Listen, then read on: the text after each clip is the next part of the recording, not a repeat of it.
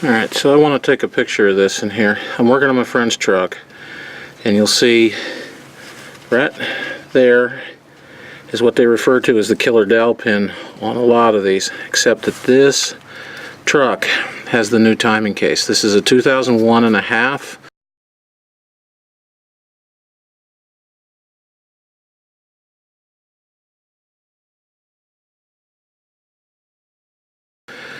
With the 24 valve Cummins in it. When you look at the normal older cases, they do not have the raised part of this casting right here.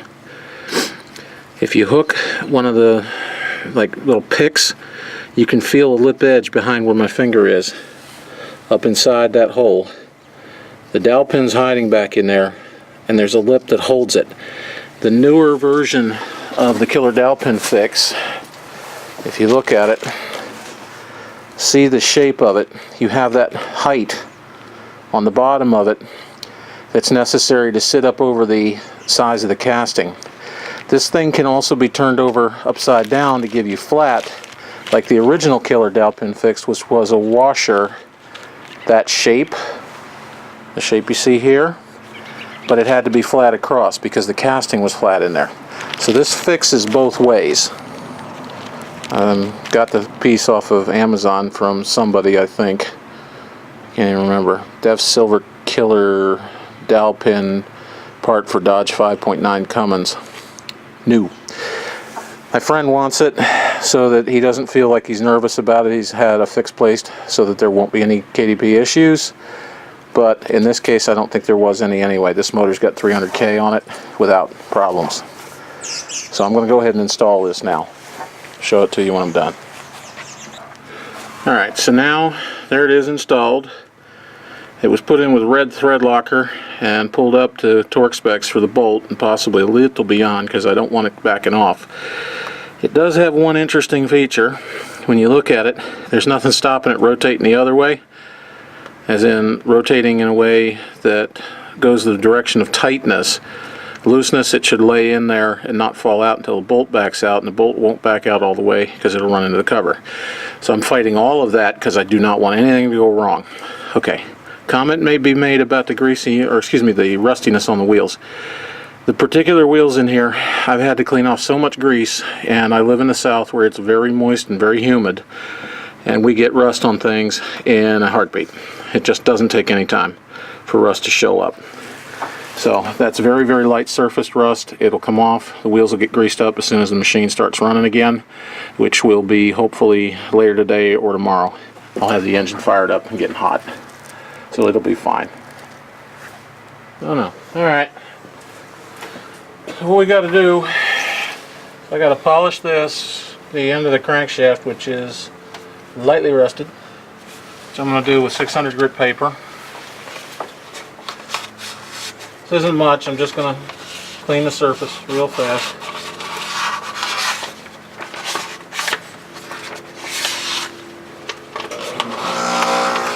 Make it look pretty.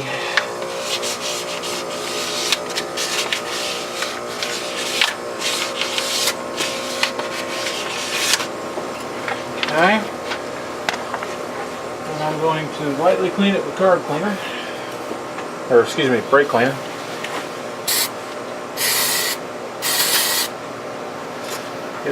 Go get a nice clean rag. So clean that off, nice and clean. Absolutely. So what I got to do is pull a wear sleeve on here. That thing is so worn. Hang on, I'm gonna pull this loose. I'll chop the video up later. But if you get down in here and look at the crank, focus. There you go. Look at the wear pattern on that. There is no way that I'm going to get another seal to sleeve, or excuse me, seal to work and not leak. These things are notorious for leaking. So I'm about to go put a wear sleeve on it so that it won't do that. Alright, what does the wear sleeve look like? Well, pretty much it looks like a metal ring, like so. Nothing fancy about it. It's got a bit of a face on the inside to make it easier to pull on, which I'm going to use. That will be the thing that goes to the inside. If you look at it, I don't know if I can get a video shot of this or not. Focus. You can see that edge. That goes inside. And I went ahead and splurged on the tool because you can pull it in with country methods, but the tool itself has a small lip on the inside edge, which I'm trying to show here, that will cause this to sit in just a little bit past the end of the crank. This will set right in there, set on that edge, and then 2 bolts will pull it in. Now, to get it to slide in there, you want to oil the end of the crankshaft so you're not putting a lot of stress on it. You don't want it to gouge or score, because that just leaves you with ways for things to come out. Everything needs to be nice and clean for it to work right. Okay. It's pulled on by a pair of bolts, which, see, bolt 1, bolt 2 is stuck in my hand. Each one of them has a flat washer. And I need to wrench the right size for them bolts before I get started. They look like about 17s. He said, and picked up a 16. No, actually they're bigger. I'm going to need an 18. Be right back. 18 and 3/4 will both work on it. They're about the same size. And now what I need to do, we're going to do fancy oil. We have some real purple stuff left from other bits. Okay, I'm just coating it nice and thorough with motor oil. I'm going to skim it on the inside as well, so that's there.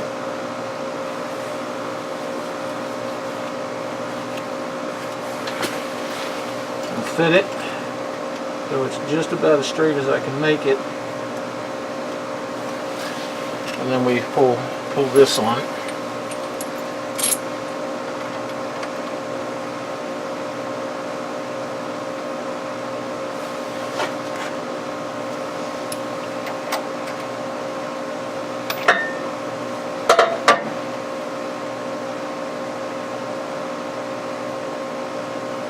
There are of course 4 matched bolts in here. We're going to use 2 high, or 2 across from each other. Wow, look at that.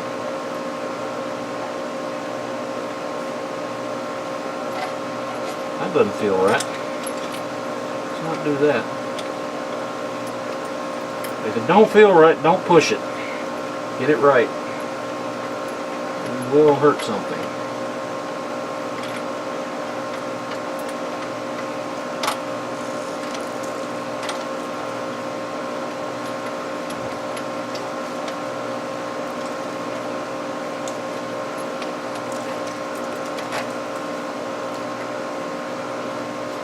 That is very weird. Why am I feeling so far off?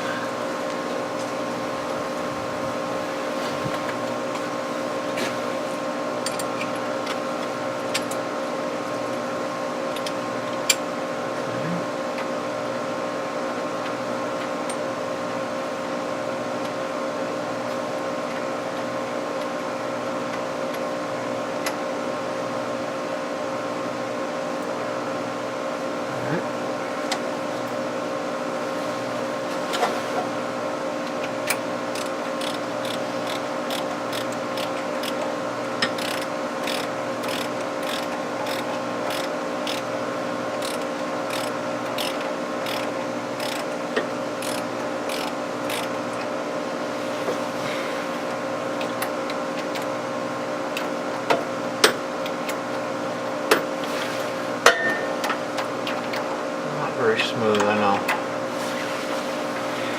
But then again, I'm not very smooth.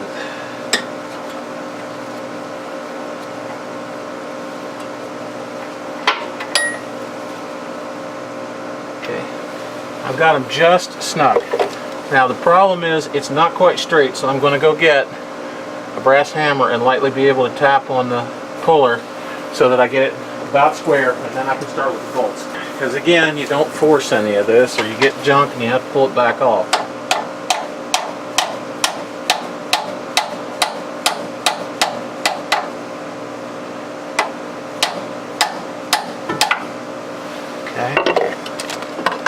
So on we go.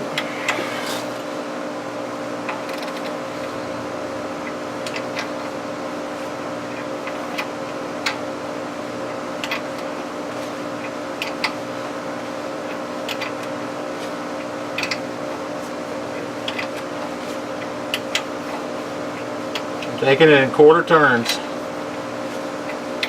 And yeah, that takes longer, and I realize that, but I don't want cocked up.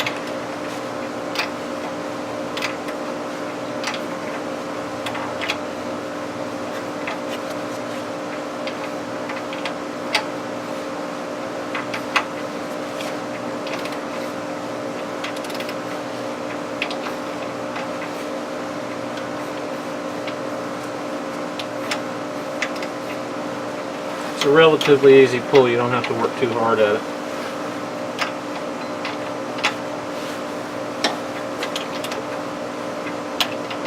Just time consuming.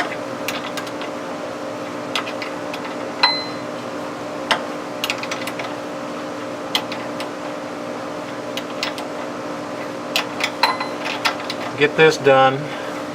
The next magical trick would be to bar the motor over until I can see that the key is where I want it, because I'm going to have to pull the pressure pump to get at another leak. This is all about solving a bunch of leaks and other things that needed doing on this motor. So we've got the front main leaking, the vacuum pump seal leaking. It's at 300K. I'm going to go ahead and do the tappet cover as well, because it's far enough along that I think it's probably hardened and is due for a broke, even though I'm not sure that it's leaking at this point. The rear main seal looks fine, but I'm going to pull it and change it because my friend wants another couple $100,000 out of this thing without having to think about it. And oddly enough, the one thing I'm not changing is the water pump. These water pumps have a reputation of lasting a long time until they don't work. They are stupid simple to replace, since that's your water pump right there. You can do it with everything in here. All you got to do is loosen the belt, take 2 bolts out, pop the water pump loose, and go. So I'm not going to mess with that. His idlers feel good, everything else feels good. Of course, they've been well lubricated due to this seal leaking like a bastard.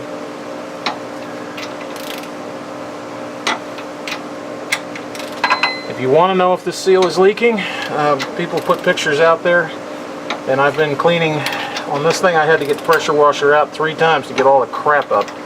But to know if it's leaking or not, all you have to do is look at the hoses and surrounding bits, and you'll see a layer of greasy crud everywhere, right in line with what the fan can do. Fan will spray.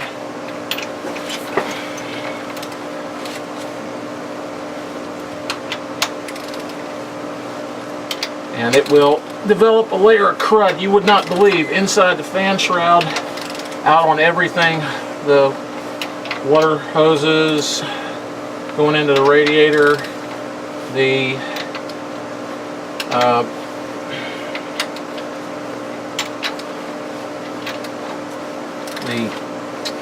spring tensioner for the belt.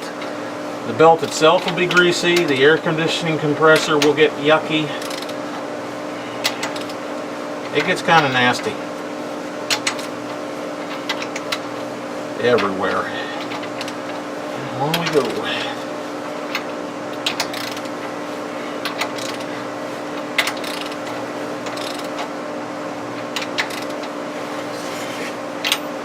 Keep moving or I'm going to get stiff. The other way to see it is down underneath the track bars and various things underneath it. There will be totally coated in greasy crud. And it's not power steering, it's the front seal. Leaking, leaking, leaking.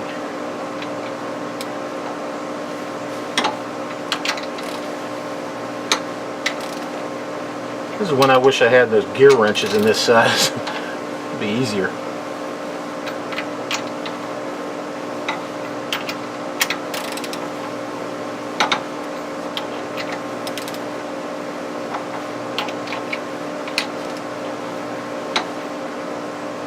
Getting there. The tip that is used to align the harmonic balancer is now into the pressing tool. We'll be there shortly.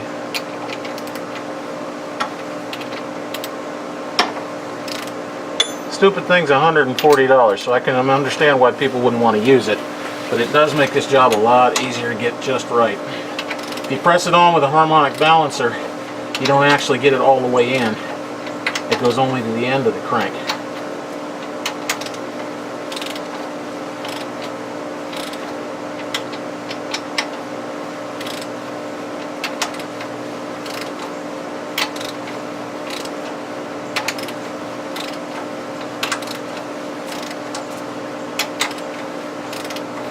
And of course, getting them off later in life is kind of a fight, but there are methods for that. There's my little thingy showing up.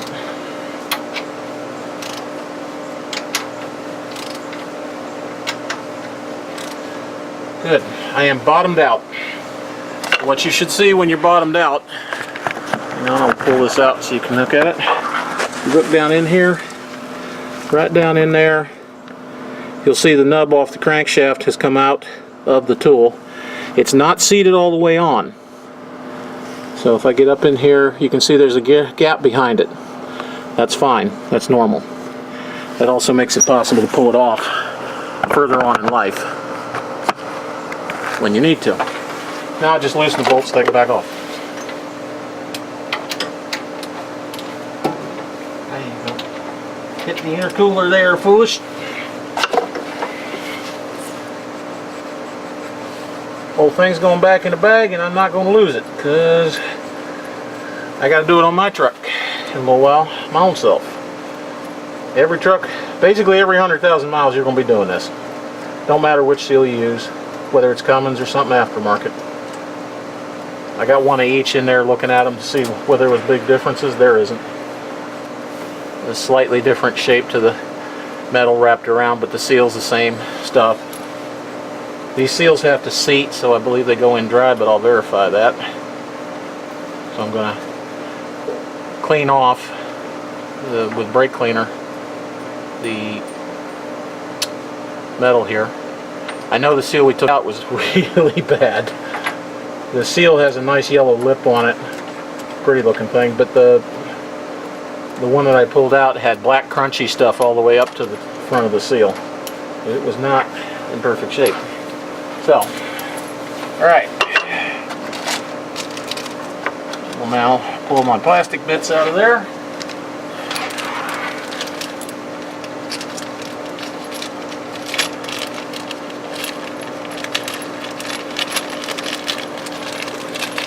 Get the screws like that, clean my tool off a little bit, sustenance and rustinance. Yeah, nice.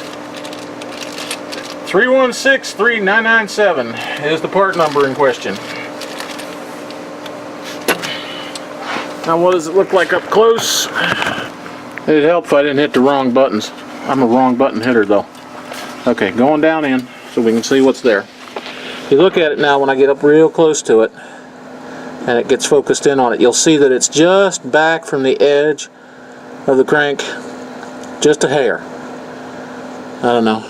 Call it about, what, 10 thousandths or so, maybe a little more. But you have the back edge to be able to yank the thing off if you have to. Okay, so now let me clean it up and get where we can. Go ahead. Get on with the next piece.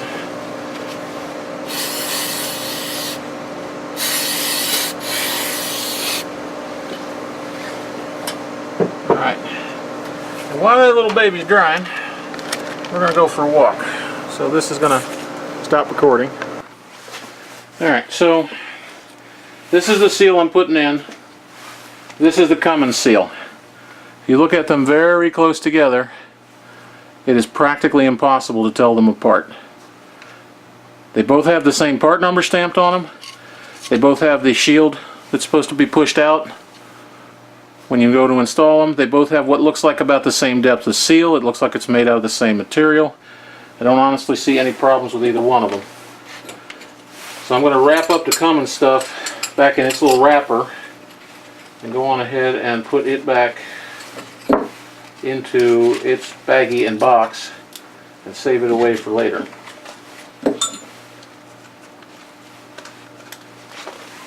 Which is this guy right here. Here, wrap up.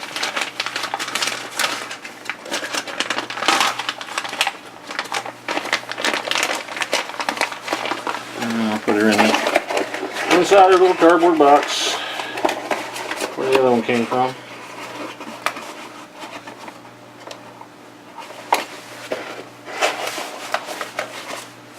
And I'll label that before I put it away because it'll be a cardboard box. I have no idea what the hell it is, and then I will really be screwed when I try to find it. So this is the wax paper and the wrapper from that press, and this is the garbage that was behind that guy, and this is the interesting fuel pump gear puller instructions that came with the press to put on the wear ring. Not going to ask why that happened. It doesn't make any sense. I did have to get a gear puller. I'm going to need it to get the pump off, but things you get in the shipping area. Okay, so I'm going to get all the parts out of the way because I don't want to hurt none of them. And I want to go get the cover. Okay, so that's the timing case cover. That's the seal. That'll be obvious from pretty much every other video that's ever been created. I'm going to press it out backwards because I want it to clean a little bit. Although, truth to tell, I really should get the spray cleaner on that and clean it out. It would be better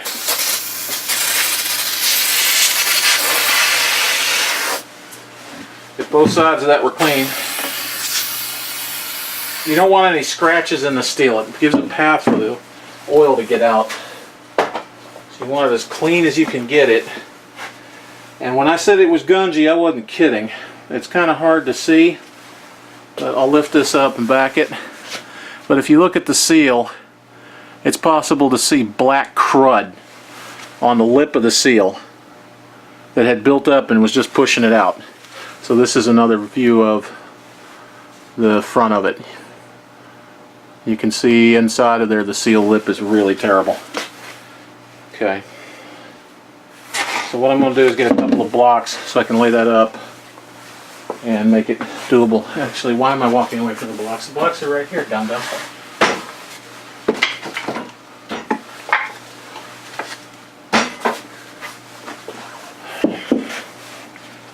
So to keep from hurting it, I want two heavy wooden blocks up close to it. And then I need something over here to stabilize it so it doesn't fall over. And then I need to punch it out. Now, that is kind of a nice size seal. And I like straight punching things, so hold on a minute. Yeah, that's what I thought. I have a large collection of 3/4 inch sockets over there, which is kind of handy. Alright, so we'll try the softer method, hard rubber.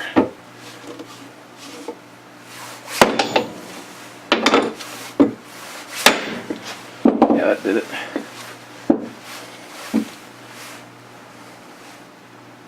And yep. Installed dry, it says. Yep. Seal part number 8935959. Should be the same thing that we have stamped on here.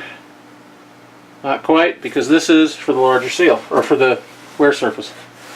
Okay, now I got to turn it all over because the seal is going to go in on the back. I'm going to get carb cleaner again, get that, or excuse me, brake cleaner, get that all nice and clean.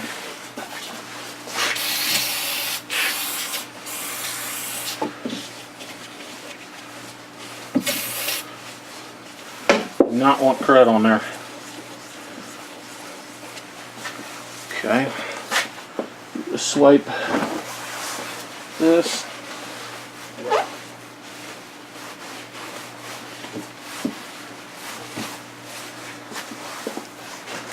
Okay. happy little seal. So this is going to go on to the end of the crank and get pushed out the front. The seal should be set that way. So if you look at the old one, the lip of the yellow seal was out. Quite a bit more yellow seal in this one. Okay, so I'm going to set it right there. I'm going to lightly set this on top of it. And we're going to tappy tap tap tap. Nope, doesn't want to line up. It's going in cockeyed.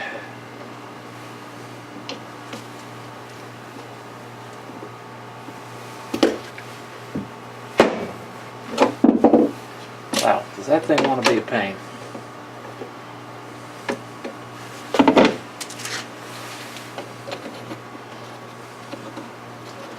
Don't want to bang on the seal.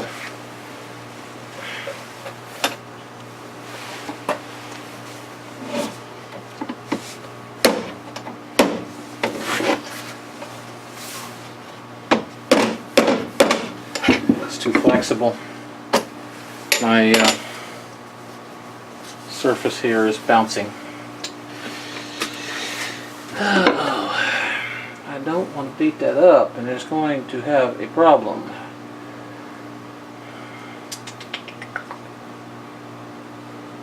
How shall we?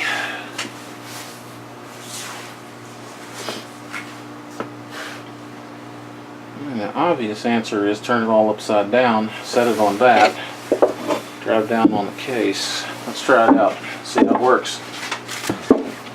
Hey, what the hey, I can always turn the video off and nobody saw nothing.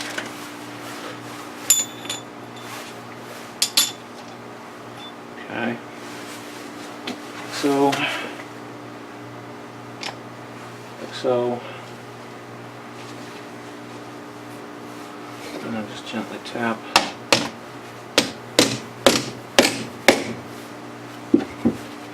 Doesn't really want to drive square, does it? Really, really, really doesn't. Alright, I guess we get the punch trick going. One nice thing about having that plastic sleeve is you keep from bungeeing up your surface.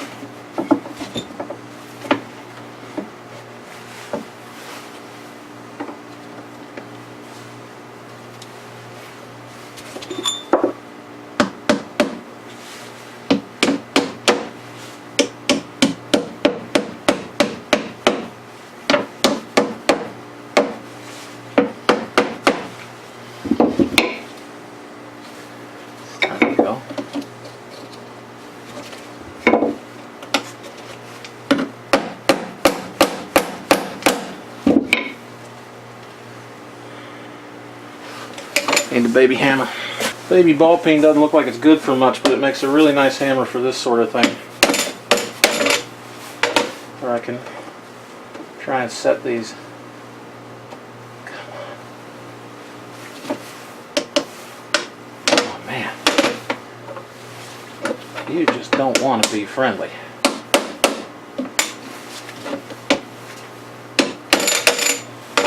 Too much. Half of it in there. It's that second whack. You got to stop doing that.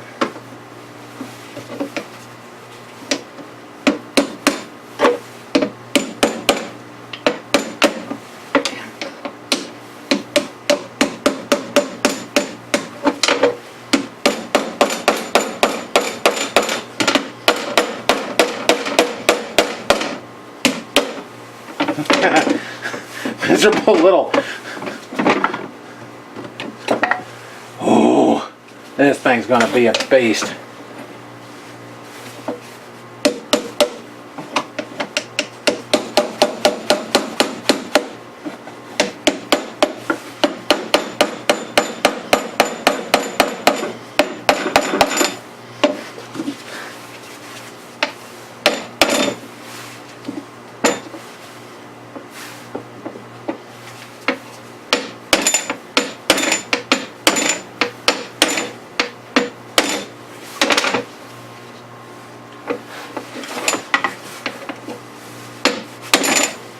There we go. Now it's squaring up. Now we get this and we just gently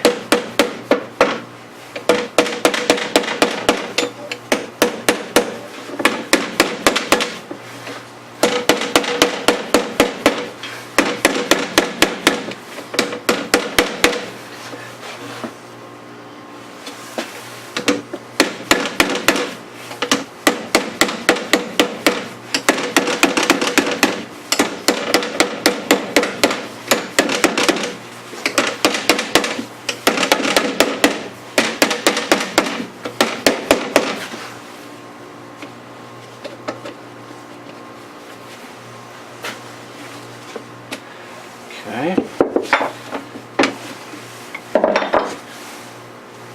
Should be the same basic depth all the way through.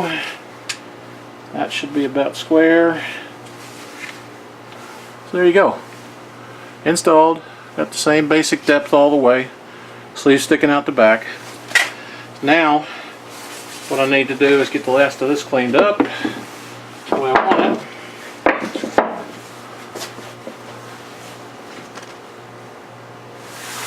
And then we can get the cover installed. Now I have cleaned the cover up completely. The original gray silicone that was on it is off. It had not leaked at all. So that should be an indicator that the gray stuff is what we need. The silicone that you can get, let's say this, you can get silicone that is gray RTV for Ford. Here, I'll just pull it out because I got it in the bucket. And it's Motorcraft RTV silicone. It has a part number, but it says for 7.3 liter diesel engines. It's particularly good about not leaking. Now, Permatex makes the stuff, and I gotta go get this over here. Permatex also makes this gear oil gasket maker, which is a gray RTV silicone designed for being in extreme oily conditions, unlike say red, which doesn't seem to want to seal in the long run. If you put it into gears and whatnot, the gear cases get really hot, the differentials in the transmissions. This stuff's supposed to work a little bit better. I think they're both the same thing. Don't hold me to that. So they'll skin up fairly quickly. So I want to make sure I have all my bolts ready and everything else before I stick this in. But once I stick it in and get the counterbalancer on there, I'm working my way forward to being able to put the rad back in and all the rest of the stuff on the front before I start working on the side of the motor. Yay. So, forward progress, like always. Anyway, these two will go, I will go get all my bolts together, and I'm going to move this back outside. Okay. So, somebody noted in another video, it comes with short and long studs, and I need to remember which one's which, because I have this guy right here, pretty obviously needs its stud right there. Or is it up? It's up top, sorry. I need the stud on the end there to hold that wiring, and then I need the one that holds the puke bottle down below.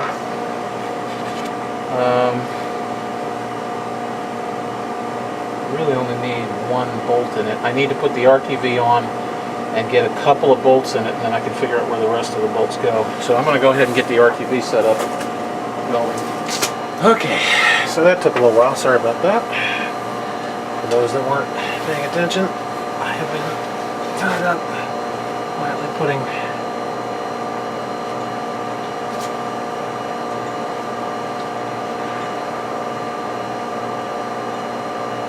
what I'm going to do is gently lay that in. Finger in there. Get one of the short bolts that holds it on into the top hole here.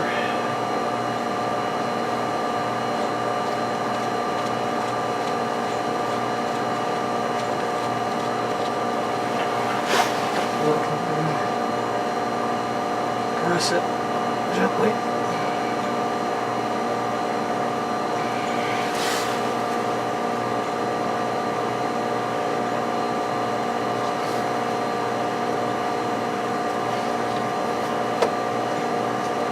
Ever so gently on in place. And now we start putting bolts in.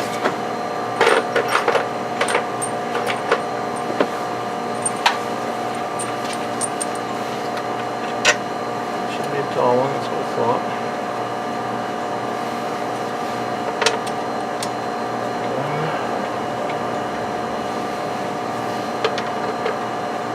Short, short, and short. One of those is still on the top. That's a long.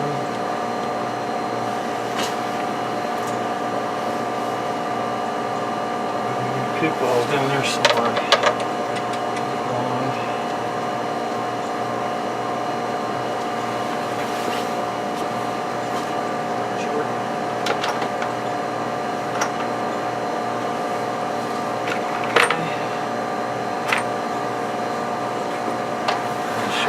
There.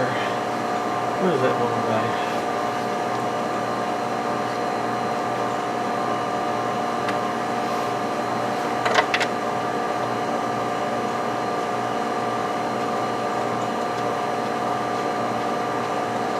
Feel better down there or up top? I don't remember. I need my pictures of reference. Supposed to have those things. I think they're in. Oops, that's a tall one. That's a short one.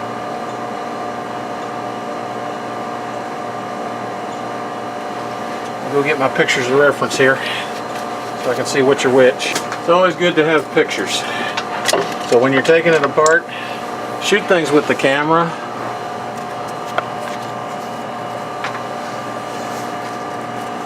So that you can see what it's supposed to look like.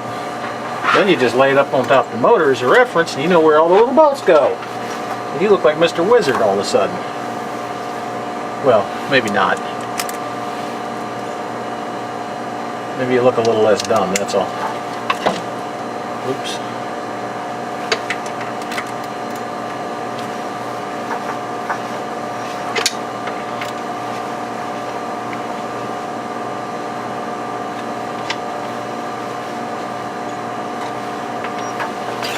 I don't want them all tight, I just want them close.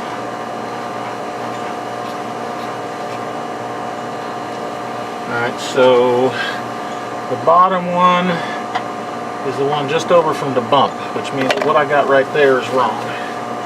Don't want that tall one there. Short, short, short, short. Short, short, tall.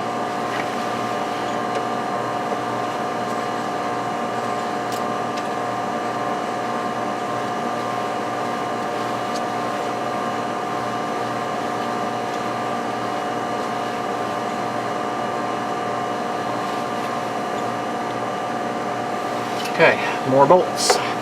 One of which is a long stud. This guy right here. Go in right there. A bunch of short ones.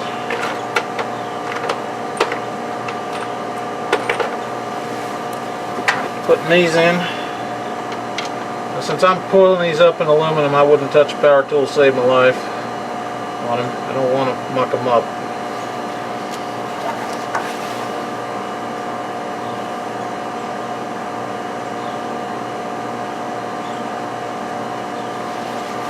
You don't want to be doing that, because once you've reamed a hole out in an aluminum case, you got a whole lot more work to do to fix it. So it's a piece of feeling. Okay, that's a deep hole. That's a deep hole. That's shallow.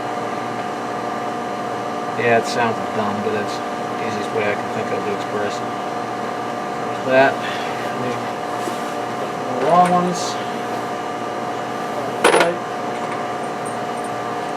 Looks right. No, that's not deep. That's deep. Got over here. Those look shallow. Nope, that one's deep in.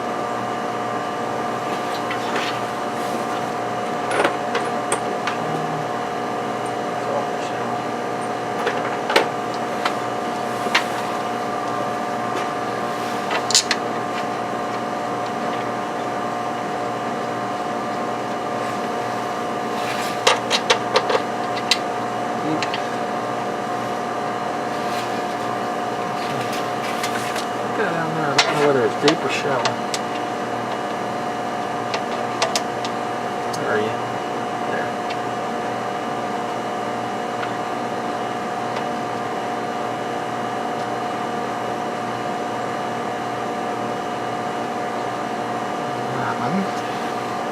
Should be another hole over there that should be shallow.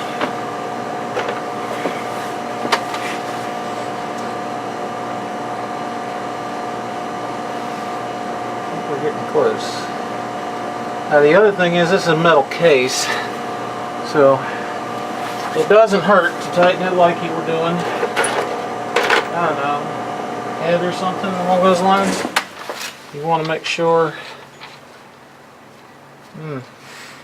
that don't feel tall enough.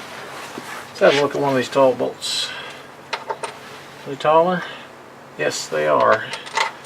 This is a bolt for something else. Give me another tall bolt.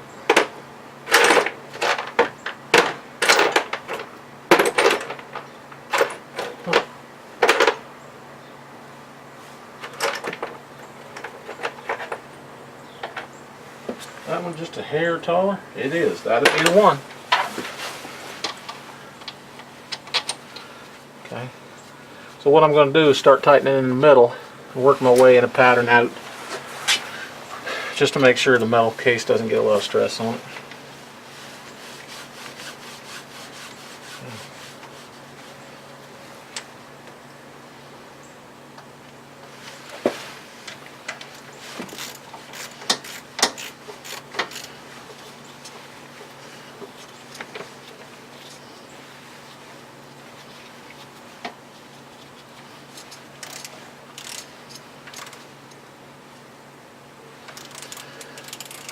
Feel the tension with your hands. Do not over tighten anything. Come back to that first bolt, check it, it's good. Now I'll work the case this direction for a couple of bolts, and then I'll work the case the other direction for a couple of bolts. Good, that feels snug.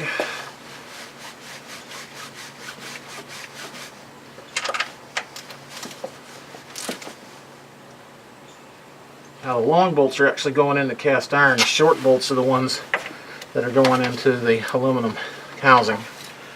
So that's why I say you got to feel it carefully. Yeah, I know they have torque settings, specs for what they should be. It's generally not too hard to feel what they need to be.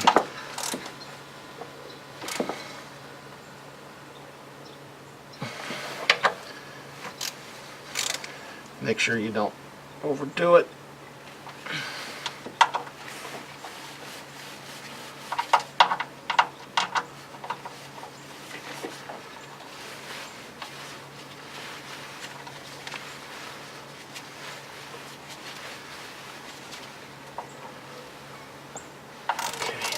Since I'm right-handed, I can feel the pressure better with my right hand than I can with my left.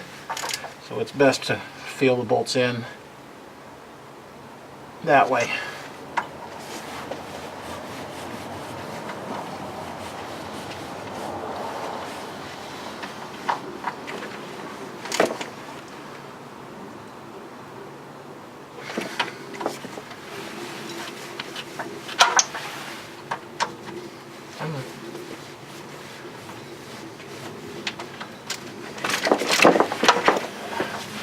That's just the battery wires to the other side. They're getting in the hair there.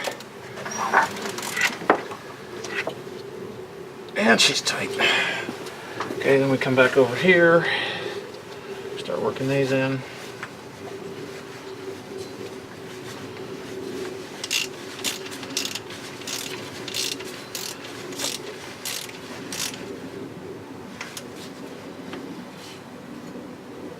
That's good.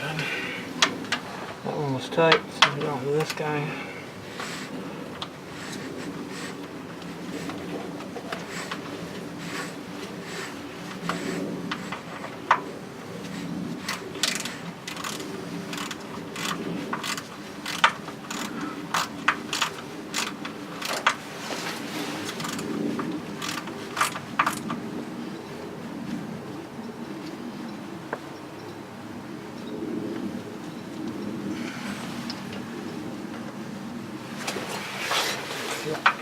Quite enough.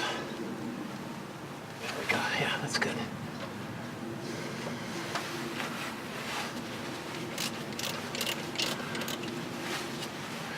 Got to take that air filter back off and measure it.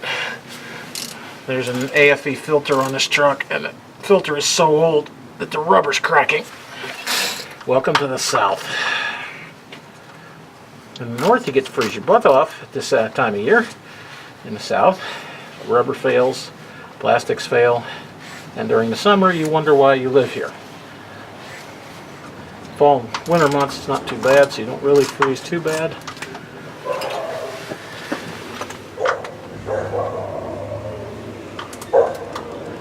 Sounds like my next door neighbor has come home. The dog's losing her stuff.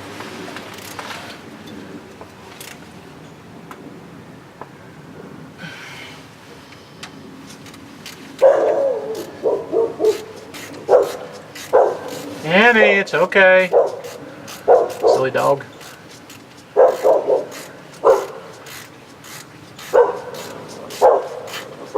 Relax, butt.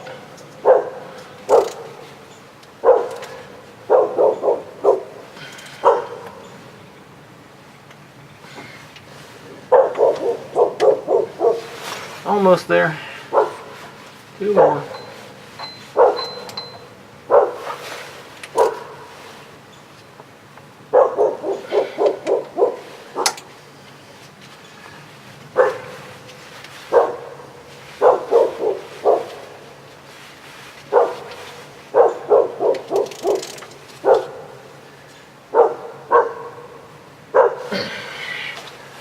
Yay. Okay. Now this guy is supposed to sit on top of this one, on top of that case right there, which is fine. And I need a tiny little bolt. Up on that. Cap nut, which I think is this one.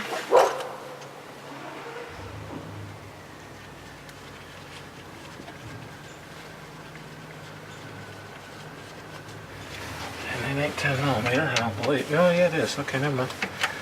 Just a different size internal thread.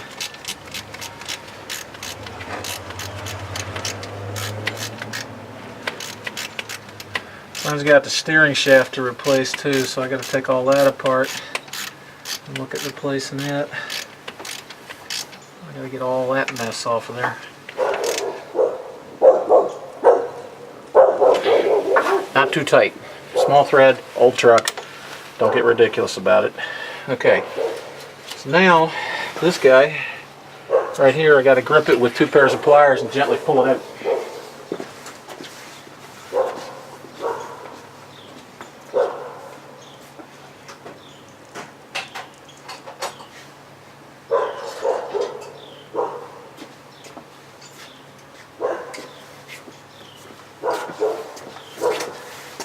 Now, of course, I don't want to stab the intercooler, so I got to be careful about pulling it. Get across from each other and just gently wiggle the thing on out. And you got it.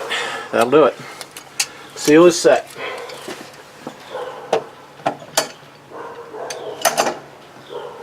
Okay, next magical trick. Next piece to go back on is the carrier for the fan. and the counterweight. I think I'll put the counterweight on first because it'll be easier. Somewhere around here.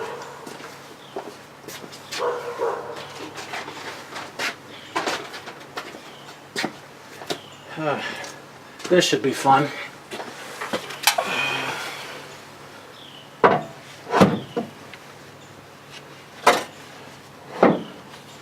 Now, my friend went shopping a while ago, and what he ended up getting was something called a fluid damper. He paid a fortune for that thing.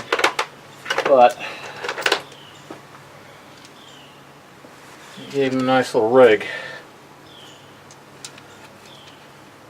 Now these guys are going to end up having to be torqued on there, but the fun part is going to be hanging this and getting one bolt through it.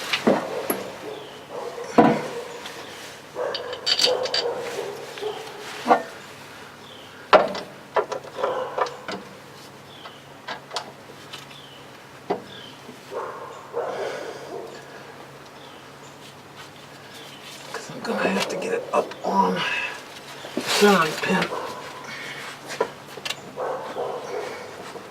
He said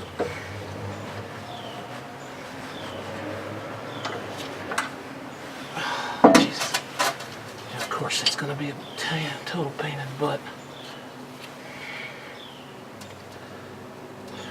I think I want a little more lift than I have right at this very moment, so hold on a sec. We're going to get Daddy taller by getting the portable lifting apparatus in the way up here. Give myself about 9 more inches of height, which means I can bend over and get down in here further and block the view for everything. Let's see if I can get that to set over that.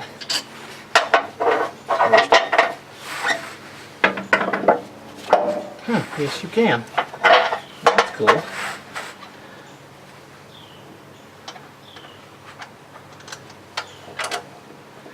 There's a really nice feature of this engine that you don't time it off of this. So there's no timing marks on it at all. It's all inside the gear case.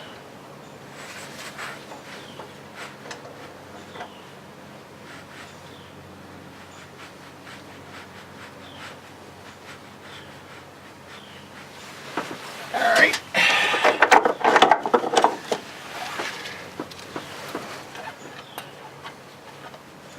Bottom one.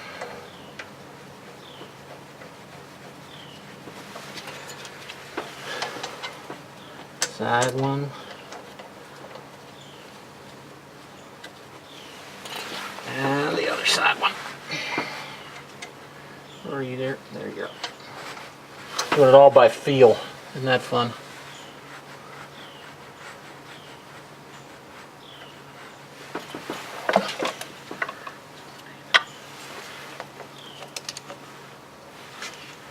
Now, I am going to use, because I am goofy, 1/4-inch wrench here quickly to tighten them on into place, but I'm of course not going to use that to torque it. I have a 15mm right here handy.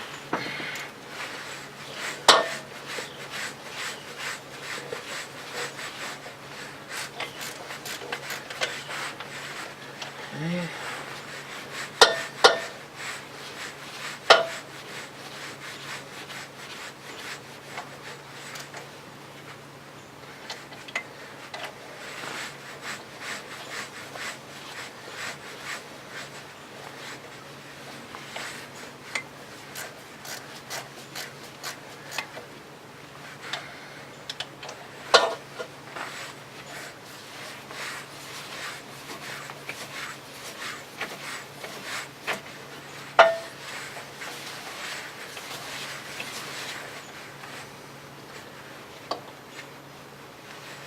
Alright, now that is just nominally snug.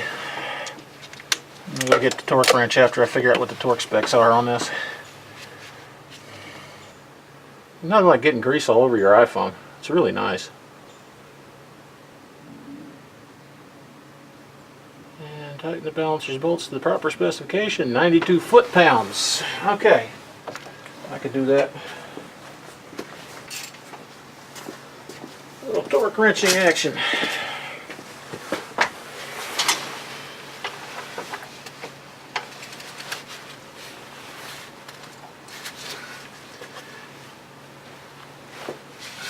Oh, that figures.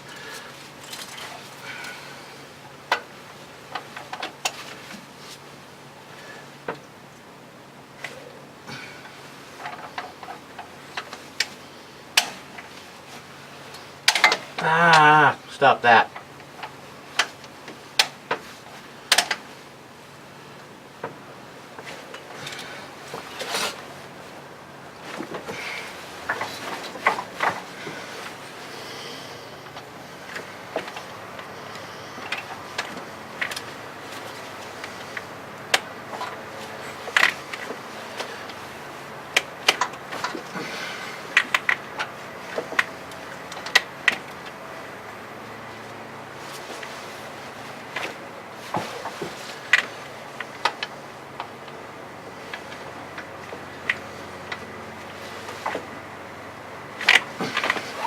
Well, boys and girls, this is what happens when you have no drivetrain in the truck. The motor don't stop turning. And anything I do to block it is going to do damage to stuff. So the smart move is to write a big note on my forehead, so I can see it in the mirror, that says, when you get the drivetrain back in here, retorque them bolts. Because there won't be anything in the way of me putting a torque wrench on them from the bottom side. So that's what we're going to do. There ain't a lot of other choice.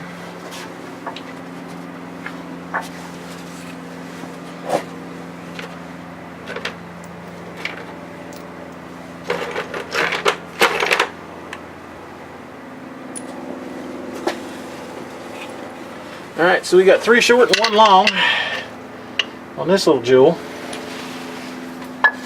One of which sits rather unhandily right behind the pulley. So there's a couple of ways to do it. Now I went ahead and pulled the pulley off because I'm lazy, and the little speed wrench puts them on and off really nice if you set the torque settings right. It isn't hard to make the pulley knot move. It'll take care of that. Put that in, this in. They would be 10mm again, so I'm going to go back to my little 10mm socket here. Go ahead and get these put in.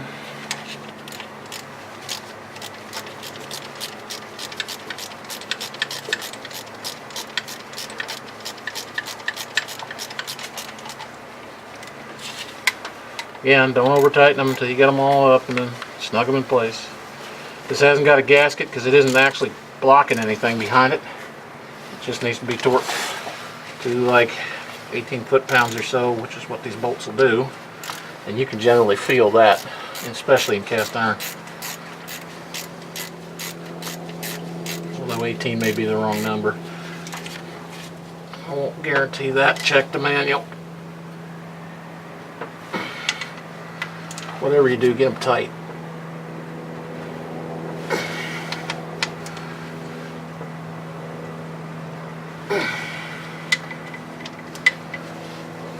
Because embarrassment ensues if they come off. Because it will chew the radiator to pieces. Right. Okay, so that's that. Next magical trick would be a bunch of real little bolts. That sounds like my phone ringing. It is. Hello. Hey, how are you? I'm working. What's up? Yes. We are DJs. Do you need something from here? Sure, chocolate. Didn't you get the chocolate already? 2, 3, 4, 5, 6. Of course not. I don't have the coupon. You don't have a coupon? Well, how can you go shopping at BJ's without a coupon?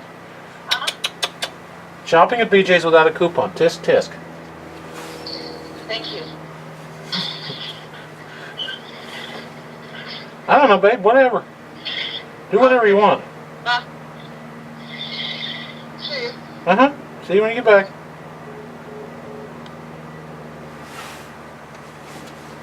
Ain't raining right now.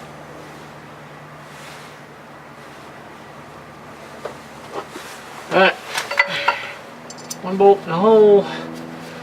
Easiest way to do it is to line one up vertical kind of keep the pulley vertical, and that way you get somewhere close and you can get the first bolt threaded in without having to try and hunt for it, because it really sucks hunting for it. Get it up close. Now I am putting thread locker on these because they are so small.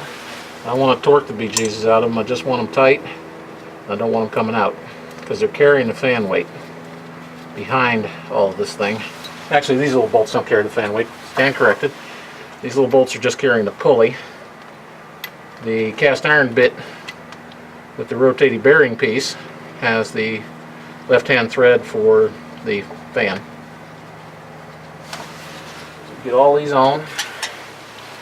They do not need to be torqued ridiculous.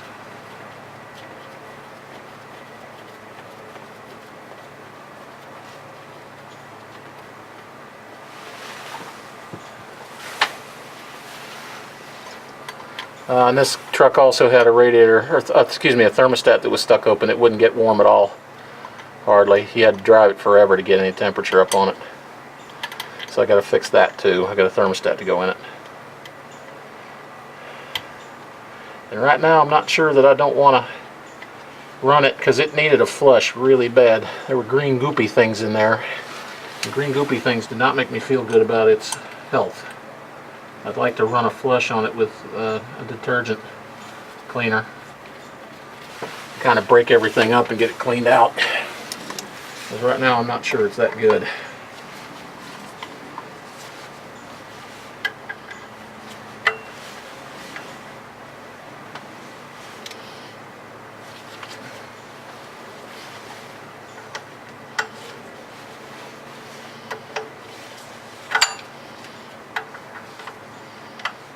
There you go.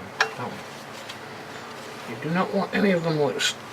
Although, once I get the fan belt on here, I'll be able to tighten them a little bit better.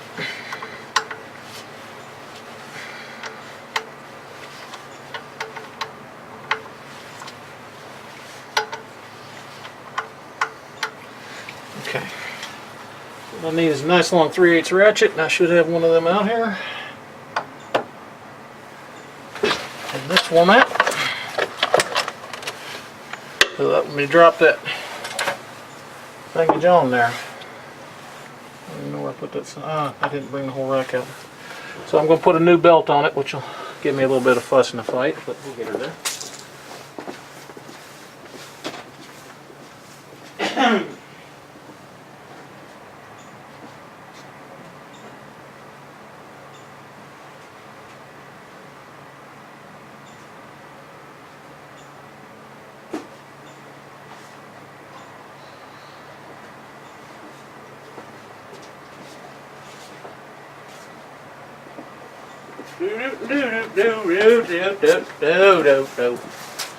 No, I can't sing, and I should know better than to even attempt it. Alright, green, under, over.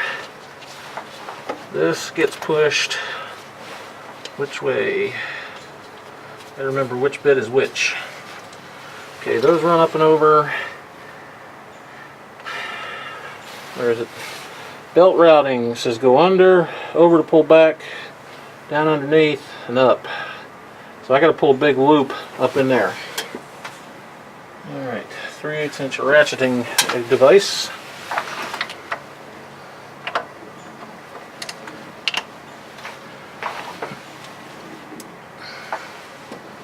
Okay.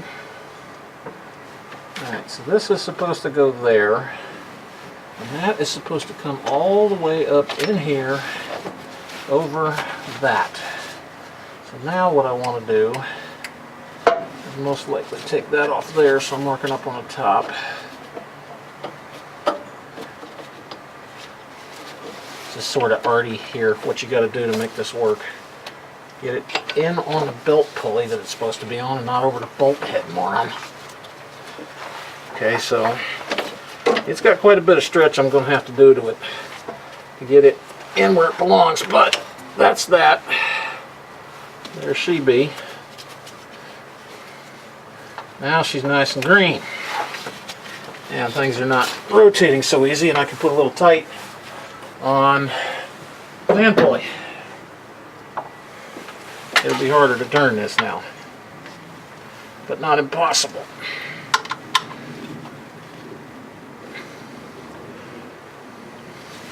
Okay, so here's a trick. Okay, the way I was pulling on it pushes it loose. If I turn it the other way, that pulls tension on it and gives me a bit more tension to pull on this end to put the last of the tight on these little bolts.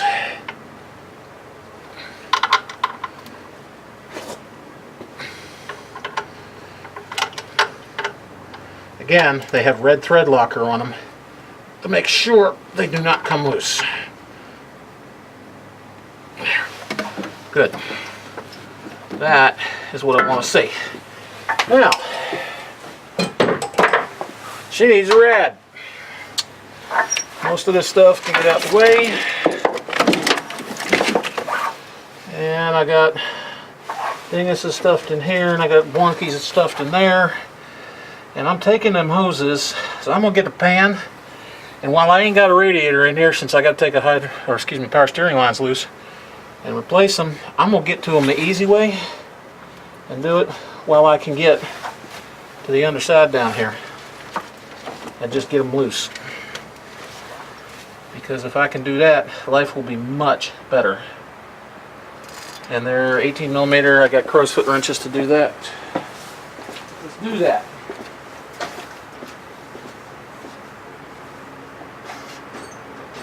Scruffy wrenches, 18. 3/8, really long extension.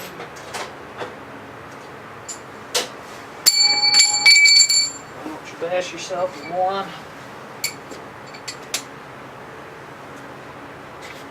I think they're 18. Well, it should be. Let's see.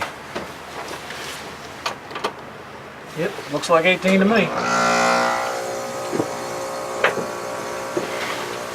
It'd be much easier to do this without the rad in here.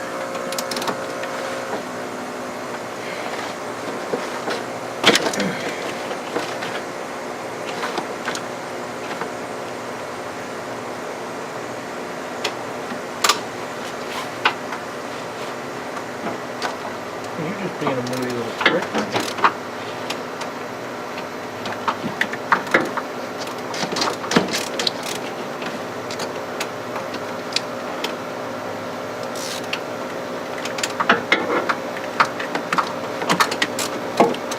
Sidewise wrenches are nice, but they don't go all the way around. I'm gonna pump it.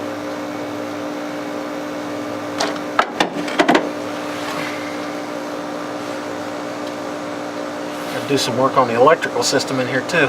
Batteries were crusted up really bad. Had some problems with the headlights. The owner saith it don't work as good as he wants it to. So, that's one. Get some plugs over them.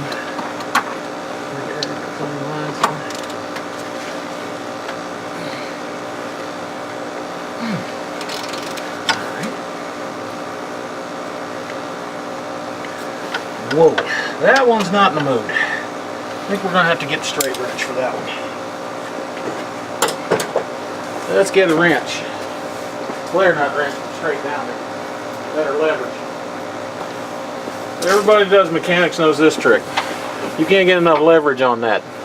But what you can do is slide another wrench into it, like so, and get this double length thing that gives you all kinds of leverage. Now it's slippery and it ain't stable, but it's the best way in the world to get the leverage you need when you can't get it down there the way you want right off.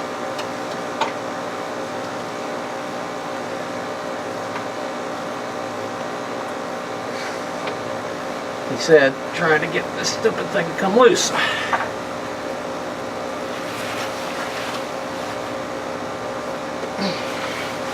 That's got some tight to it. There we go. That got it. Leverage is a beautiful thing. Do not forget that physics runs the world.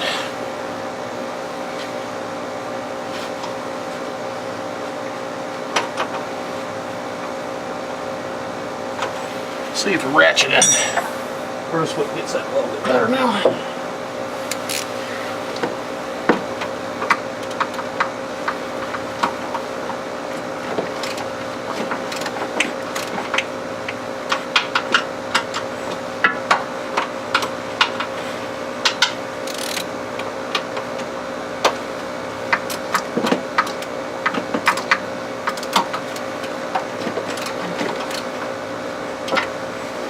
just going to be a fighter every inch of the way.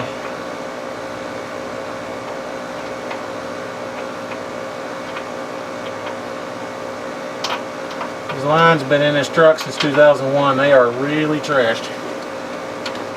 They need a new one. The owner was telling me that he's got this slow leak he can't figure out. It just keeps going and going and going. He's always losing a little bit of power steering fluid. And I couldn't see it coming out of the bottom of the steering box, so one of these lines is leaking somewhere. We're going to change it all out. And look. Before you get that rad in there, you've almost got the perfect look. This one down here. Where does that thing go? Oh, okay. That is just a return line.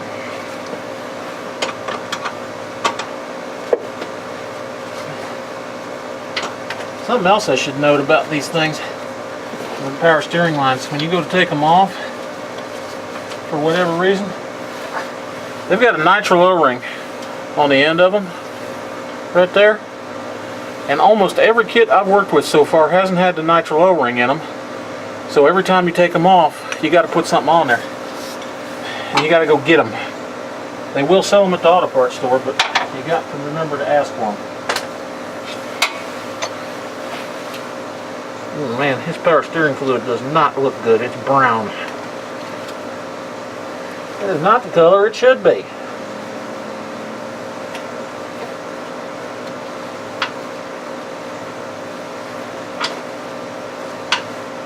Appear to be leaking a little bit of it down on the ground too, courtesy of the steering box. Okay.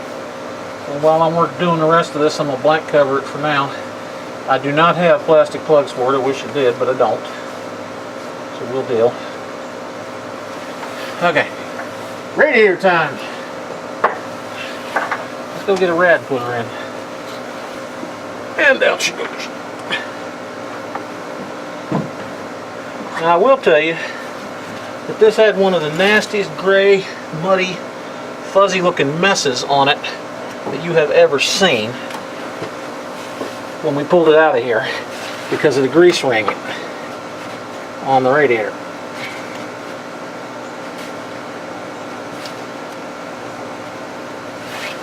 Okay. Now, line up. Drop into your mounts. Why aren't you dropping into your mounts? Because you're just evil.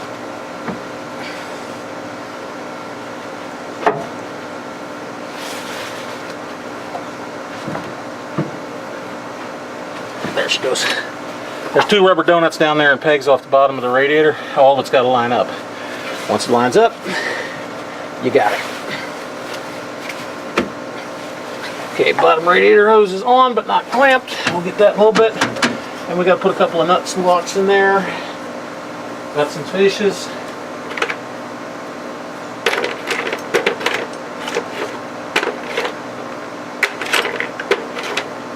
Two screws like this, big flat washer through the rubber bungees on the top. We'll close that up. And this thing needs a clean out. I hate to put the new thermostat in it and then clean it, but I think I'm going to put the housing on, seal it with silicone, and get it to where I can wash it. And that'll probably be what we do. Get it clean. Can't run it yet. I don't have the rear motor mount, so I'll hurt things if I try to do that.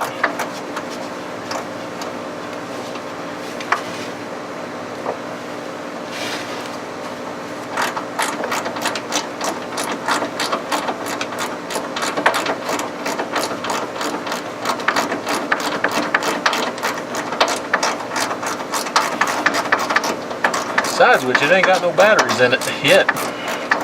Can't start it.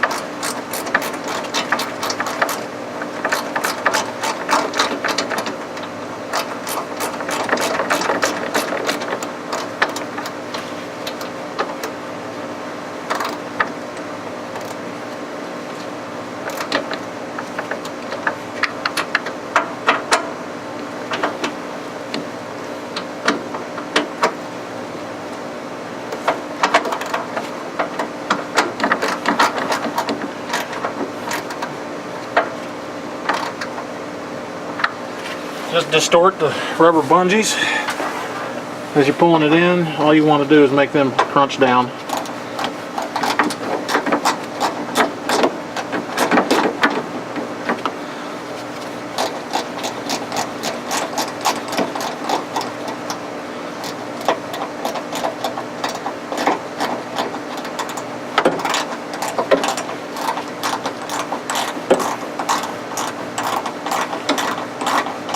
Yep, I know. You can see my fuzzy face. You can't see the bolt I'm tightening. It'd be nice if I had a videographer to take pictures of this. Don't have one of those.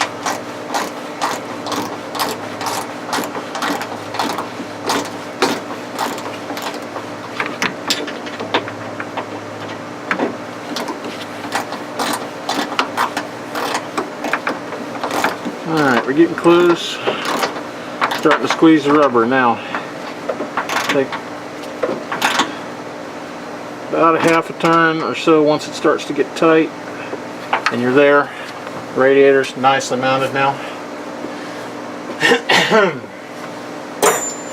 Now, I'm going to have to put the puller and whatnot in here to get to the Fars Narzits.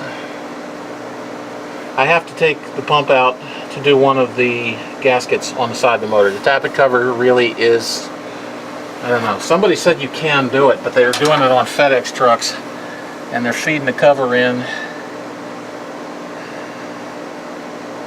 Yeah, getting those bolts in there are going to be really tough.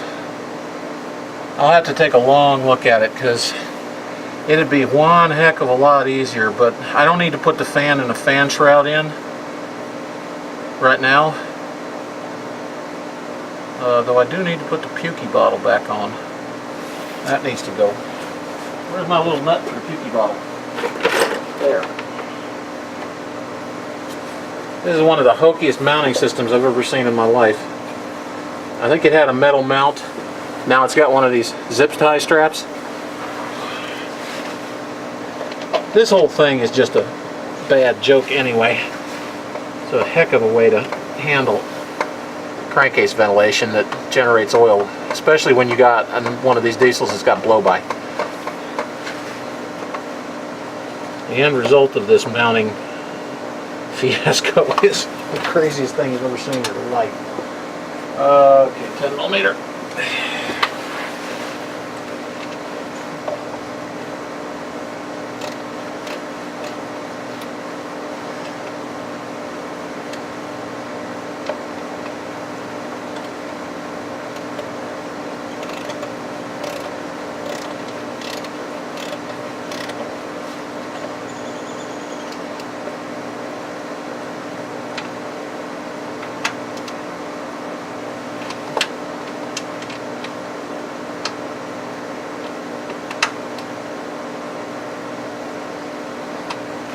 And I think that's actually some of my work because the old original metal thing died. Alright, so I've got the ventilator off to that. I've got all that stuff in. I got the one hose to put on. I really need to... That thing really needs a clean. I want to wire brush that off. Clean that up. It's just gunky in there. That's what I don't like about it. And I'm going to want to put a bunch of junk antifreeze in it that I know I'm going to take back out. So when I do the flush, I'm going to have to trash all the antifreeze anyway. But the thing is, it's getting cold here. I don't want any chance of any water down in that block at all. I want it to be antifreeze down in there to keep freezing down. Man, I got to clean that up and glue that back on. Little fuzzy thing in here that's supposed to seal off the underhood to the overhood. Doesn't seal too bloody good. Wow, this plastic is cracked already. Jeez. Stuff cracks when you look at it. Alright. Well, the rad's clean. And I have got the hookup hoses and put that back on. If I get the little air thingy and just clean the top of it off and silicone it on there without a thermostat, it will hold for the cleaning, because I don't want to narf up my brand new thermostat. Let me get the tools for that, and we'll do it.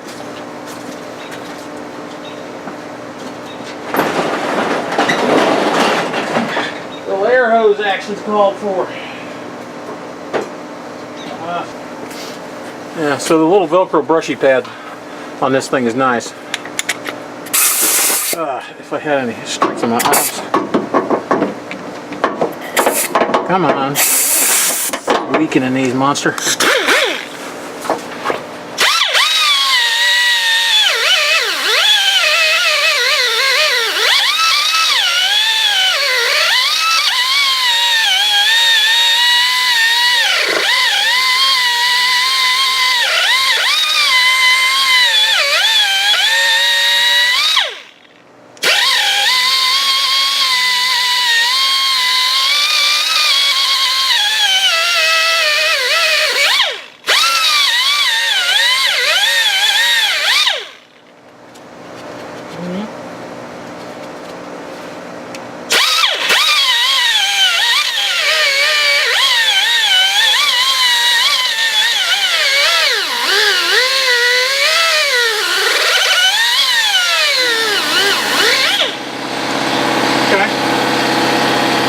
For that.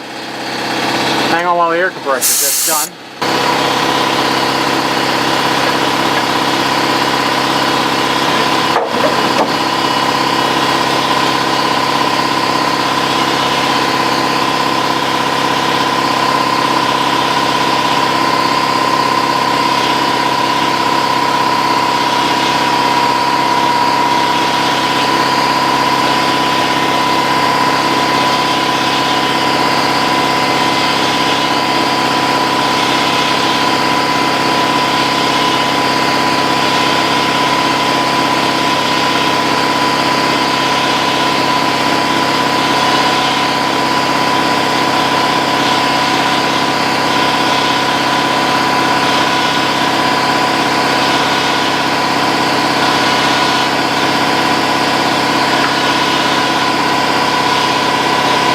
Heads.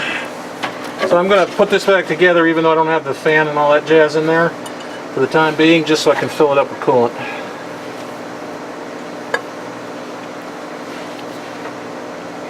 And then I will come back, tear it apart, and put the thermostat in, because it's relatively easy to do this since I'm going to have to be draining everything due to the cleaning process.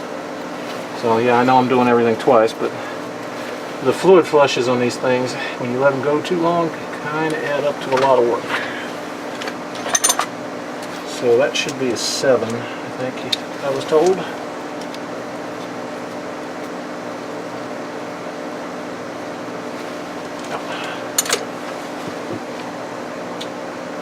Okie dokie. 7 on there, put the 10 back. I've managed to misplace a 15mm wrench out here somewhere, and I'll be darned if I can find it.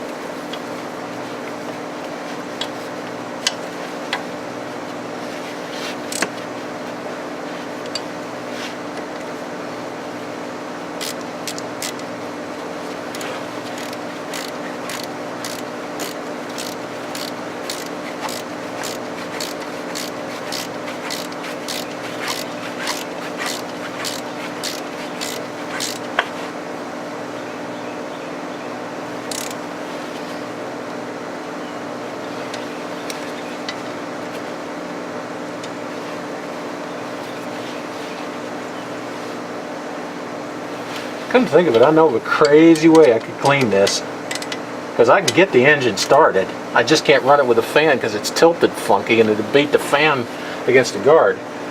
But if I put a big blower right in front of it, it ain't got a thermostat in it, and I let it run, it's going to cycle the fluid through that engine. But I got to put a lot of crap on the right side back together before I can do that. So yeah, there is a way to do this even though I don't have a drivetrain yet. Alright, well, at this point, I need a top rad hose so that I can put fluid in it. Be good if I could remember where I put the radiator hose now, wouldn't it? Ah, there should be. Left, right. Nice. Timber. Lovely sound.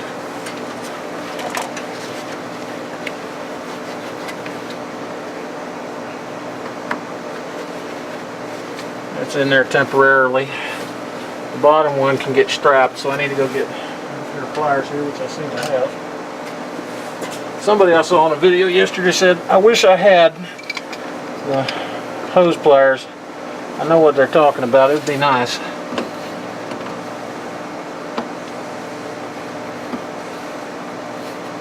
But wishes and fishes and all that. We got what we got. Remember, you have a radiator guard on there most of the time. Just don't get dumb. Alright. That. Now, most of the time you got a bottle on there too, so I don't suppose it matters that much. Alright. Bottom hose is tight. I'm going to dump it full of coolant so that it's got something in it.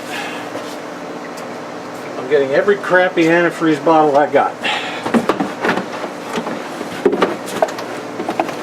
One good one, I think. Ah, come on. Of course, the funnel don't want to work like that. 1, 2. Extended life. Empty. Damn near empty. And Super Tech pre-diluted. How nice. I don't really care as long as it's got everything. There we go. Let's see what's in this jug. Jug number 1. It's greenish. Yay. Yeah, I know you weren't supposed to mix them and all that. All I'm trying to do is protect the thing, because when I get there, I'm going to empty it, swap it, and put soap suds in it so that it'll get clean, because I don't want to mix soap and antifreeze together.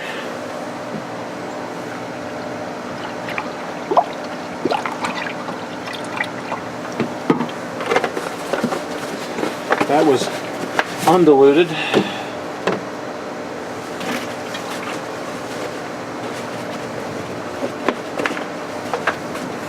All makes all marbles mix with any color. Yeah, okay.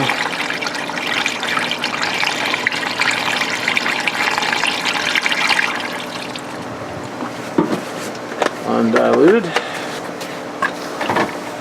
All makes all colors. Extended life. Uh-oh. Well, let's see what color it is. It's green and it hasn't been used. Okay.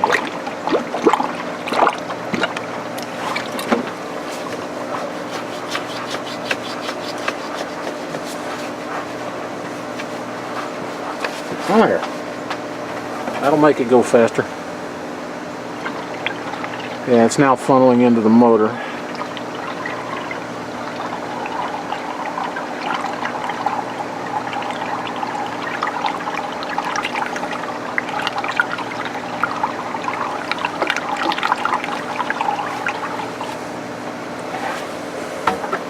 I know this stuff's expensive, and I know I'm going to be throwing it away, and that's a shame and all that, but I don't have a lot of choice.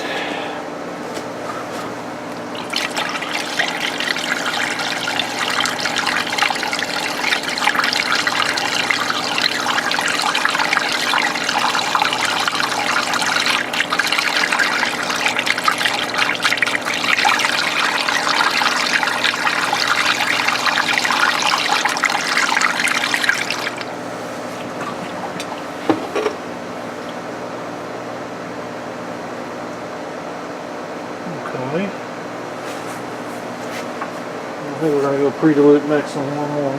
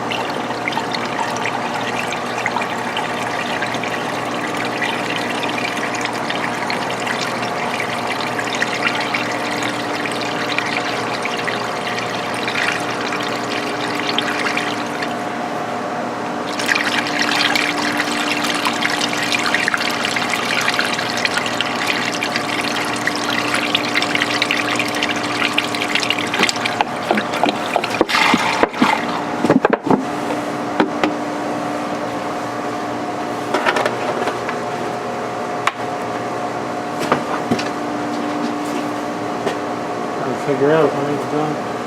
One, two, three, four.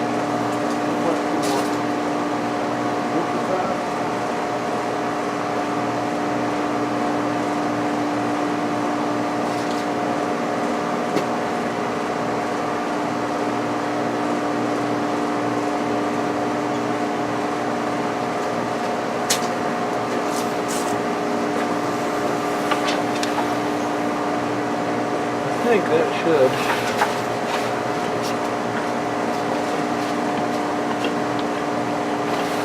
The closer we to the top of the fill.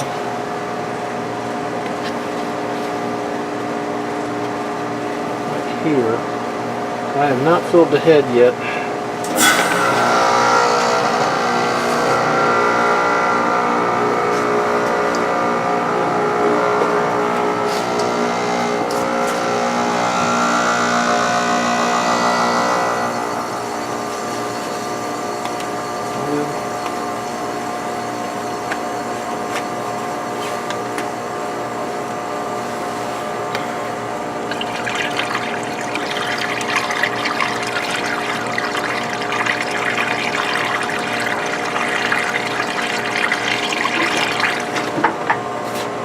There we go. Now I heard it go and burble up the head.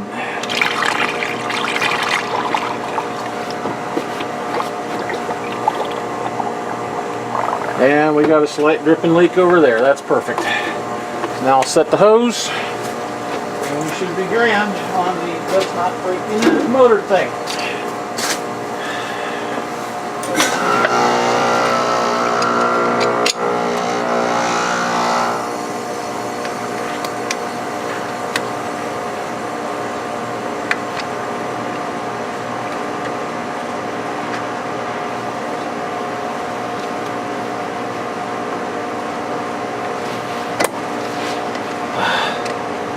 Miserable short jawed pliers. I'm going to get long jaw pliers. Get this in.